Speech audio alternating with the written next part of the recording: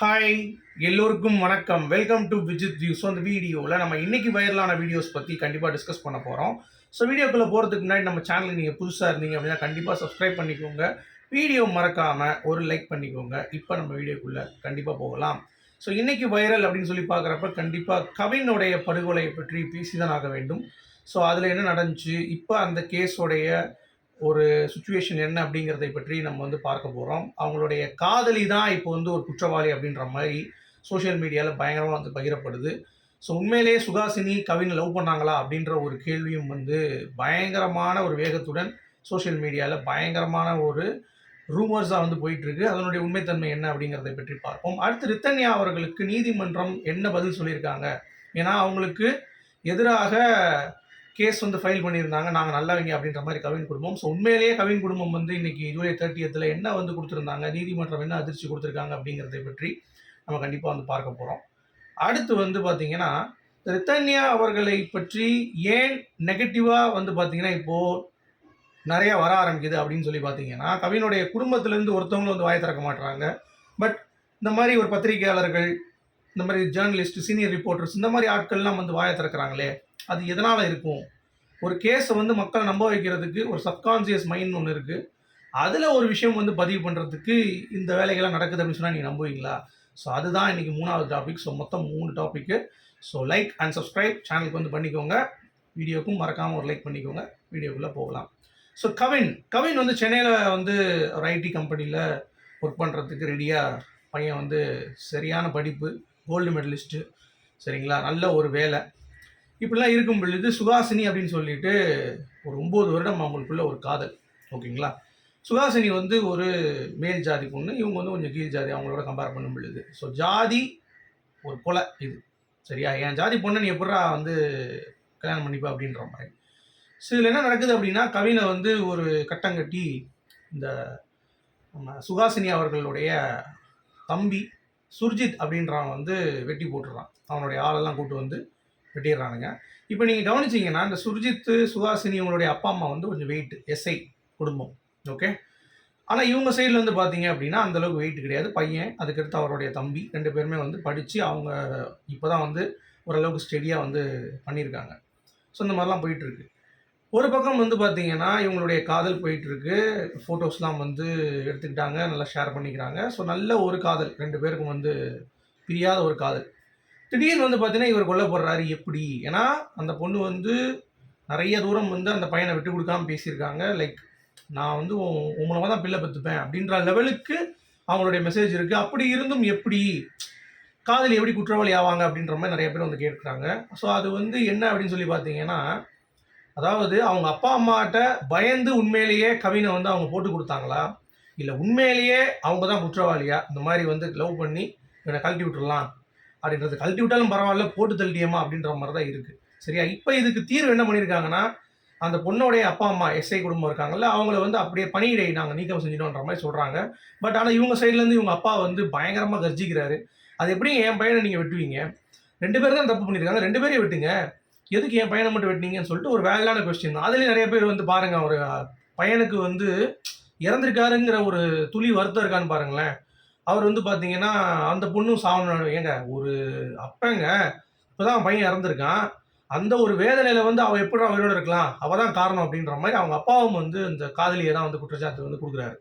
So இந்த மாதிரி இருக்கும் பொழுது உண்மையில என்ன நடந்துச்சு அப்படின்னு சொல்லி பார்த்தீங்கன்னா, அவங்க காதலி தான் கவினை வந்து ஃபோன் பண்ணி ஸ்பாட்டுக்கு வந்து வர வச்சது. அதாவது இவங்க என்ன சொல்லியிருக்காங்க அப்படின்னா, நீ தாத்தாவை கூட்டு வா, அவங்க தாத்தா உடம்பு சரியில்லை போல், தாத்தாவை கூட்டு வா, நான் வந்து எந்த ஹாஸ்பிட்டல் சொல்கிறேன், அவங்க நல்லா பார்ப்பாங்க அப்படின்னு சொன்னோன்னே இவரும் வந்து அதை நம்பி வராரு. சரி, நம்ம லவ் தானே கூப்பிட்றா, கரெக்டாக இருக்கும்னு சொல்லிட்டு.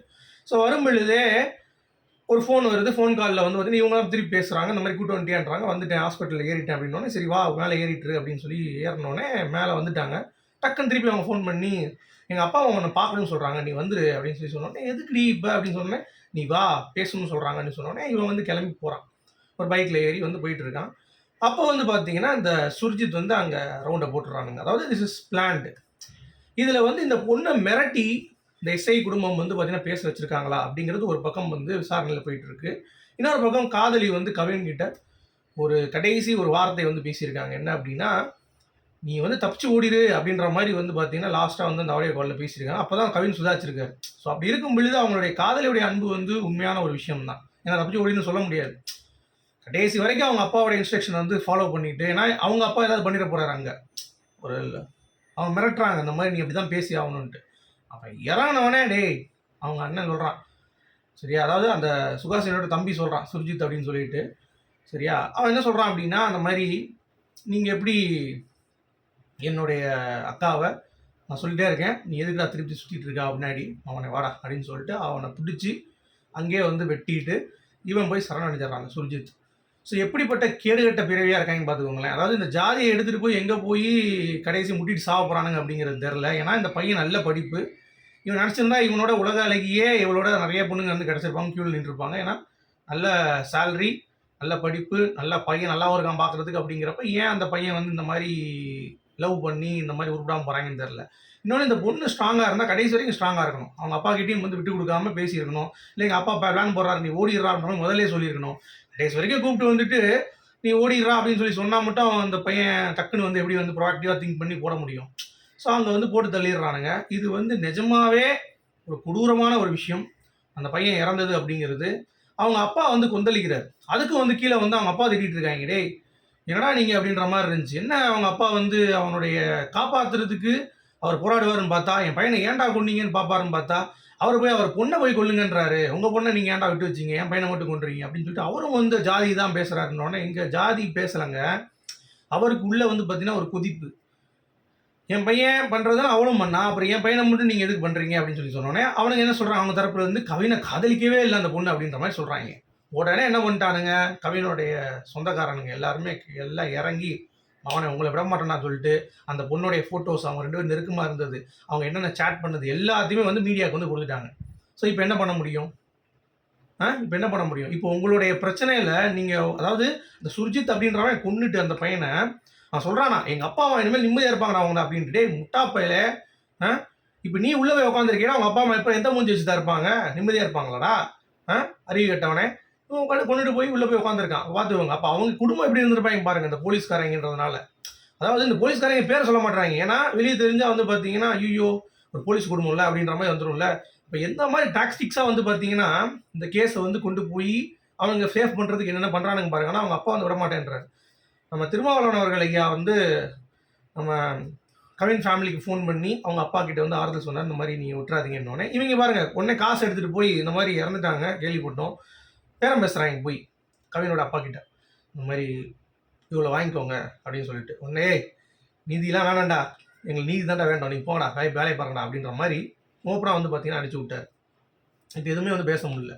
ஸோ இந்த கேஸில் வந்து பார்த்தீங்கன்னா இப்போது பையன் சைட்லேயும் இழப்பு, பொண்ணு சைட்லேயும் இழப்பு. இதுக்கு வந்து நீங்கள் பேசி அதை வந்து ஓகேடா செட் ஆகாது சொல்லி முடிச்சிருந்தீங்கன்னா வேலை முடிஞ்சுங்க. அது இதுக்கு அருவாள் வந்து பேசிச்சு.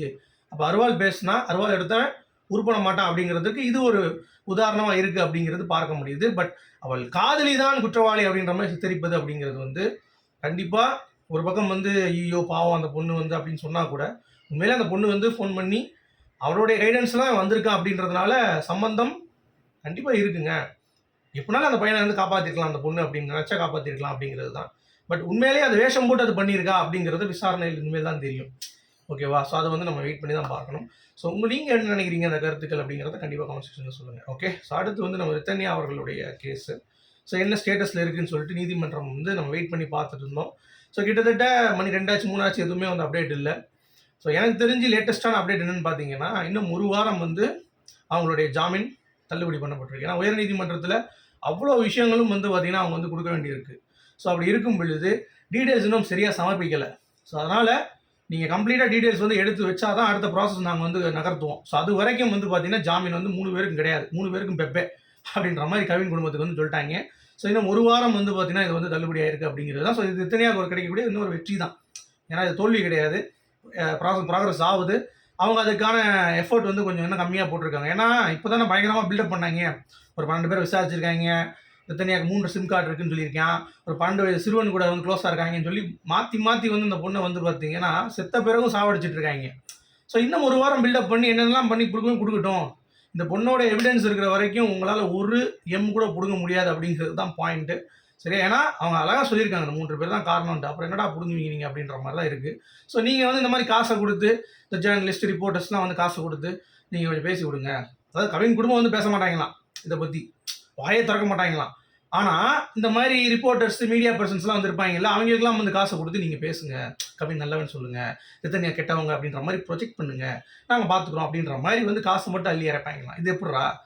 உனக்கு உன்னோட சைட்லேருந்து ஒருத்தன் வரான், பேட்டி குடுக்குறான் அப்படின்னா, அத வந்து அவன் என்ன போய் மீடியால வந்து காசு குடுத்தா பேசிட்டு இருக்கான். போய் நேரா நின்னு பேசணும்ல. நீயும் போய் நேரா நின்னு பேசு. அப்பதான் மக்களுக்கு வந்து ஒரு கிளாரிட்டி கிடைக்கும். அத விட்டுட்டு இப்ப இருக்க ட்ரெண்ட் என்னன்னு பார்த்தீங்கன்னா, இந்த மாரி ஆட்கள் கிட்ட வந்து காச குடுத்து நம்ம பண்ணிட்டோம் அப்படின்னா, அவங்க வந்து ப்ரமோட் பண்ணிருவாய்ங்க பயங்கரமா. அதாவது இப்படி, அப்படி அப்படின்னு சொல்லிட்டு பூதாகரமா பண்ணிட்டு, அத வந்து நார்மலைஸ் பண்ணிருவானுங்க. ஆமா, ஆமா கரெக்ட் தான் அப்படின்ற மாரி மக்களுடைய மனசுல சப்கான்ஷியஸ் மைண்ட்ல போயி, ஓ! இவ்வளோ பெரிய ரிப்போர்ட்டர் அவரு. ஐய்யயோ! வீரப்பன் கூடலாம் இருந்திருக்காருப்பா. அப்படின்ற மாரி வந்து பார்த்தீங்கன்னா, பேசிட்டு டக்குனு வந்துட்டு நம்பிருவாய்ங்க. ஸோ அந்த ஒரு பாயிண்ட் ஆஃப் வியூல தான் இவங்க காச இன்வெஸ்ட் பண்ணி, இவனுங்களுடைய அந்த பழைய திட்டத்த உள்ள இம்ப்ளிமெண்ட் பண்ணி, அவனுங்கள வந்து பார்த்தீங்கன்னா, சோழிய முடிக்கிறதுக்கு பிளான் பண்ணியிருக்காய்ங்க. பட் ஆண்டவன் இருக்கான். கண்டிப்பா வந்து ரித்தன்யாவுக்கு நீதி கிடைக்கும் அப்படிங்கிறது என்னுடைய ஒரு ஹெவியான தாட் ப்ராசஸ். இது நடக்குமா, நடக்காதாங்கிறது எனக்கு தெரியாது. ஏன்னா, ஸ்ரீமதி போல தான் ரித்தன்யாவுக்கு வந்து வரும் அப்படின்ற மாரி நெறைய பேர் வந்து சொல்லிட்டு இருக்காங்க. பட் எனக்கு ஒரு நம்பிக்கை இருக்கு. ரித்தன்யா அவர்களுக்கு அவங்களுடைய இறப்புக்கு கண்டிப்பா அவ்வளோ பேருடைய சாபம்ல அது. அவ்வளோ பேர் வந்து பார்த்தீங்கன்னா, போட்டு அந்த பொண்ண சாவடிச்சிருக்காங்க அப்படிங்கிறப்ப பதில் சொல்லி தானே ஆக வேண்டும். ஸோ உங்களுடைய கருத்துக்கள் என்னன்னு சொல்லுங்க. மீண்டும் அடுத்த வீடியோவில் சந்திப்போம். அதுவரைக்கும்